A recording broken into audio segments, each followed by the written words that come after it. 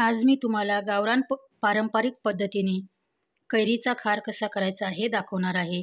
कैरीचा खार म्हणजे ह्याच्यामध्ये आपण अजिबात तेल वापरलेले नाही, कोणतेही फार मसाले वापरलेले नाही. फक्त कैरीच्या फोडी, हळद, मीठ आणि मोहरी एवढंच वापरलेलं आहे.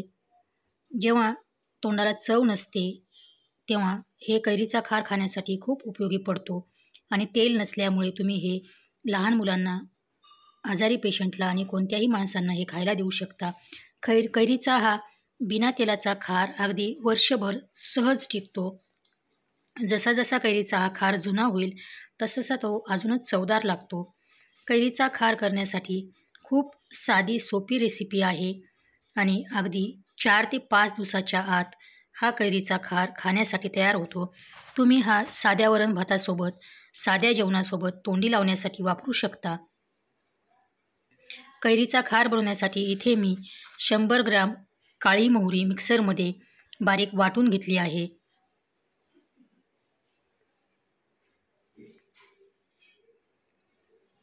दीड किलो कैरीच्या अशा फोडी करून त्या निवडून घेतलेल्या आहेत. कैरीच्या आतल्या कोई काढून घेतलेल्या आहेत.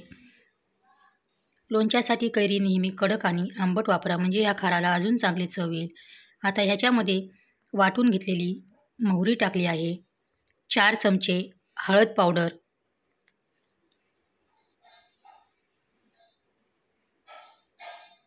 50 ग्रॅम मीठ,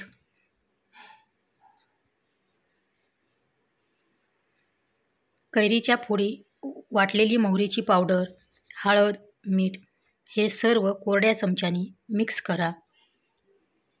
आता सध्या हे मिश्रण तुम्हाला फार असं कोरडं दिसत असेल, पण अगदी 4 ते 5 दिवसानंतर ह्याला भरपूर असं पाणी सुटलेलं असेल आणि सर्व मीठ, मोहरी, हळद ह्या कैरीच्या फोडीला चांगलं लागलेलं असेल. आता हे कालवलेलं मिश्रण काचेच्या किंवा चिनी मातीच्या बरणीत भरून ठेवा. लोणचं साठवते वेळेस नेहमी काचेची किंवा चिनी मातीचीच बरणी वापरा. प्लास्टिकच्या, स्टीलच्या किंवा ॲल्युमिनियमच्या भांड्यांमध्ये, बरणीमध्ये लोणच्याचा किंवा चटणीचा कोणताही प्रकार साठवू नका. कैरीचा हा खार तुम्ही पोह्यासोबत, उपम्यासोबत, धपाटा, पोळी कशासोबतही तोंडी लावू शकता.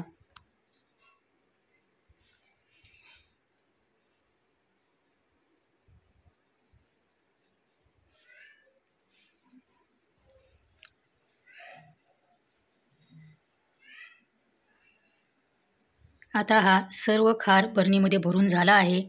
त्याला रोज सकाळ, दुपार, संध्याकाळ असं व्यवस्थित हलवून मिक्स करत जा, जेणेकरून हा सर्व खार सर्व फोडींना सारखा लागेल. आता 4 दिवसानंतर तुम्ही पाहू शकता ह्या कैरीच्या गावरान खाराला मस्त छान पाणी सुटलं आहे आणि याचा रंग देखील बदललेला आहे. मस्त मोहरीचा असा तिखट झणझणीत ठसकेबाज वास, हळदीचा वास आणि मिठाची आणि मोहरीची चव ह्या खाराला खूपच वेगळेपण देते. शिवाय ह्या लोणच्यामध्ये तेलाचा एकही थेंब वापरलेला नाही. तेव्हा हा कैरीचा सीझन संपण्याच्या आधी लोणच्याच्या प्रकारासोबत हा एक प्रकार तुम्ही नक्की बनवून पहा. हा प्रकार आवडला तर कमेंट करून नक्की कळवा.